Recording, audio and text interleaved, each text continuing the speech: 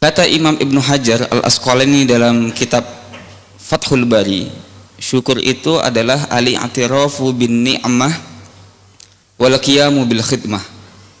Engkau mengakui nikmat Allah dengan lisanmu, mengucapkan alhamdulillah, kemudian membuktikan pengakuan itu dengan menggunakan semua nikmat Allah untuk mentaati Allah Subhanahu wa taala. Oleh sebab itu para ulama mengatakan syukur yang wajib dilakukan oleh setiap hamba adalah tasarrufun ni'ami ala taatillah, menggunakan semua nikmat Allah untuk taat kepada Allah. Ibarah lain mengatakan ada musti'maliha fi maksiatillah. Syukur itu adalah tidak menggunakan nikmat Allah untuk bermaksiat kepada Allah Subhanahu wa taala. Salawat dan salam kita hadiahkan kepada junjungan alam Nabi besar Muhammad sallallahu alaihi wasallam. Allahumma salli ala sayyidina Muhammad wa ala ali sayyidina Muhammad.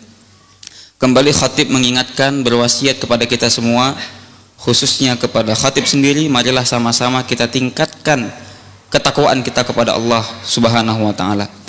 Ma'asyiral muslimin rahimakumullah.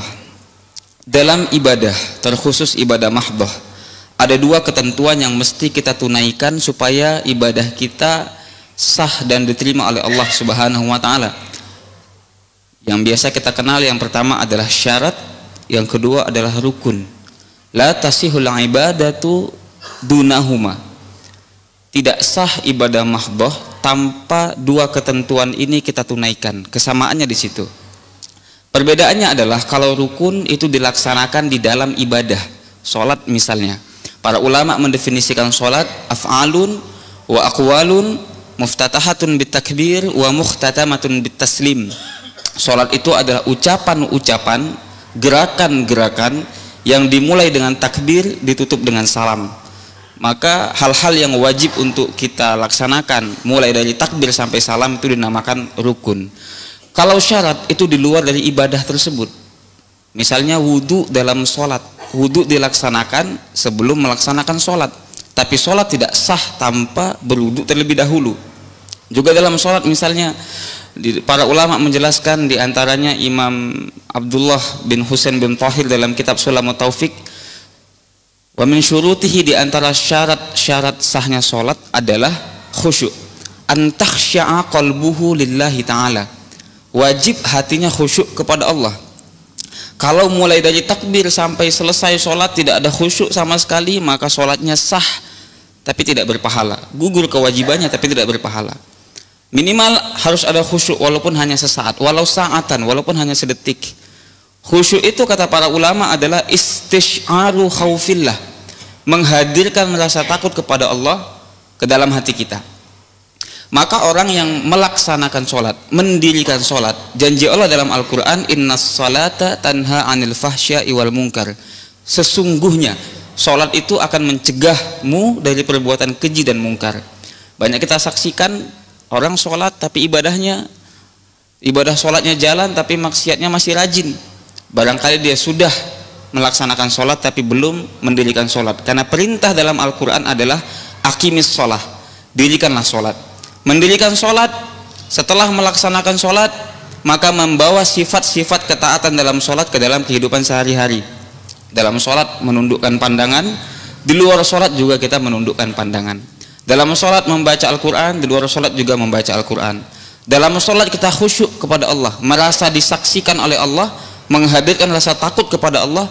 Maka di luar sholat juga kita harus khusyuk, menghadirkan rasa takut kepada Allah dalam hati kita. Nah, orang yang punya konsep seperti ini, membawa sifat-sifat ketaatan dalam sholat di dalam kehidupannya sehari-hari, maka kemudian sholatnya tanha anil fahsya'i wal munkar, mencegah dirinya dari perbuatan keji dan mungkar.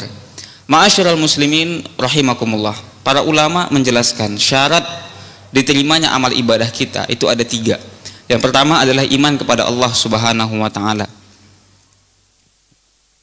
Al-Imam Al-Ghazali mengatakan la tasihul ibadatu illa ba'da ma'rifatil ma'bud. Tidak sah amal ibadah seorang hamba sebelum dia mengenal siapa Tuhan yang dia sembah. Iman itu berangkat dari pengenalan. Kalau pengenalannya kepada Allah benar, maka imannya juga benar.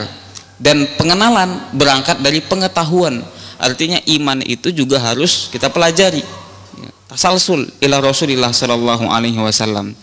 Kemudian syarat yang kedua adalah ibadahnya harus sesuai dengan tuntunan Rasulullah sallallahu alaihi wasallam. Dalam hadis Arba'in Nawawi, hadis kelima, riwayat kedua, riwayat Sayyidatina Aisyah radhiyallahu taala anha, Rasulullah sallallahu alaihi wasallam bersabda, "Man amila amalan laisa alaihi amruna fahuwa raddun."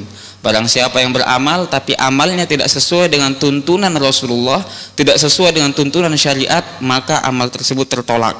Begitu juga keterangan oleh para ulama, di antaranya Imam Ibnu Ruslan dalam Matan Zubat, "Wa kullu man bighairi ilmin ya'malu a'maluhu mardudatun la tuqbalu." Siapapun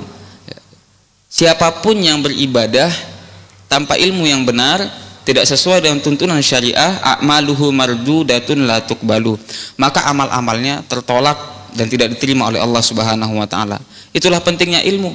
Maka salah satu perintah Allah Subhanahu wa taala kepada orang tua adalah memastikan anaknya terdidik dengan benar. Ku anfusakum wa ahlikum nara, kata Allah dalam Al-Qur'an.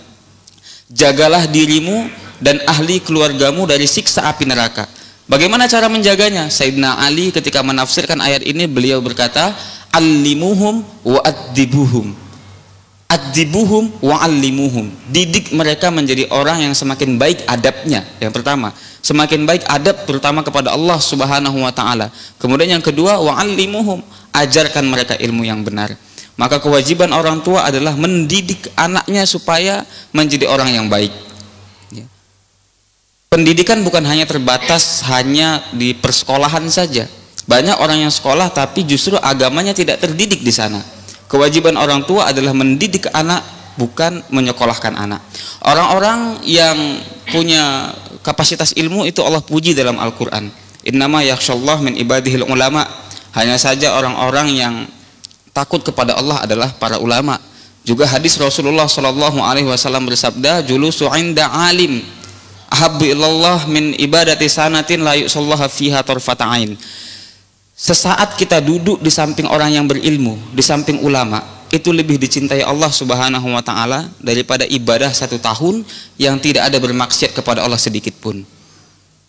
Man nadhara ila wajhil alim nadhratan wahidatan fa fariha biha khalaqallah min tilkan nadhrah wal farah malakan yastaghfirullahu lahu ila yaumil qiyamah. Barang siapa yang memandang wajah ulama, wajah orang yang berilmu dengan pandangan yang bahagia, maka dari pandangan itu Allah ciptakan satu malaikat yang akan mendoakan ampunan untuknya sampai hari kiamat. Begitulah kemuliaan orang-orang yang memiliki ilmu, ilmu yang sampai sanadnya bersambung tasalsul ila Rasulillah sallallahu alaihi wasallam. Kemudian yang ketiga, syarat diterimanya amal adalah ikhlas. Setelah beriman kepada Allah, ibadahnya benar sesuai dengan tuntunan syariat Rasulullah sallallahu alaihi wasallam. Kemudian yang ketiga, landasan ibadahnya harus ikhlas kepada Allah Subhanahu wa taala. Apa itu ikhlas? Kata Syekh Abdullah bin Husain bin Tahir dalam kitabnya Sulamut Taufik, yang kitab kecil yang populer di mana-mana, itu dikatakan ikhlas itu adalah al-ibadatu lillahi wahdah. Engkau beramal hanya untuk Allah saja. Allah Subhanahu wa taala berfirman dalam surah Al-Kahfi ayat terakhir, wala yusyrik bi ibadati rabbih ahada. Janganlah engkau sekutukan Allah dalam ibadahmu kepada siapapun. Bahkan saking lemahnya iman kita, ketika menghadap Allah sekalipun, sedang beribadah kepada Allah Subhanahu wa taala, kita masih sempat menduakan Allah dalam sholat kita, dalam ibadah kita.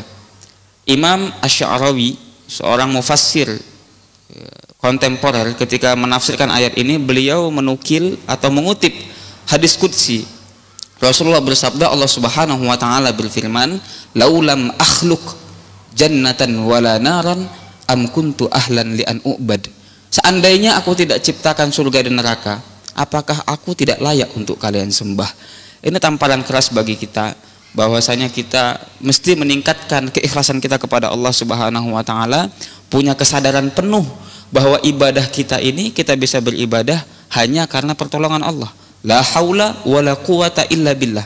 La haula kata ulama, la quwata an, la haula kata para ulama, la tahawla an maksiatillah illa bi ismatillah. tidak ada satu orang pun yang terbebas dari maksiat kecuali orang itu dijaga oleh Allah. Sederhananya, kita terhindar dari maksiat itu mutlak atas penjagaan Allah Subhanahu wa taala. Wala quwwata an ta'atillah illa biaunillah. Kita bisa beribadah kepada Allah, bahkan menyebut Allah, menyebut zikir Allah, Allah saja, itu tidak bisa kecuali dengan pertolongan Allah. Terhindar dari maksiat atas penjagaan Allah, bisa beribadah itu karena pertolongan Allah. Lalu kenapa kita sombong dengan ibadah kita, menduakan Allah dalam ibadah kita?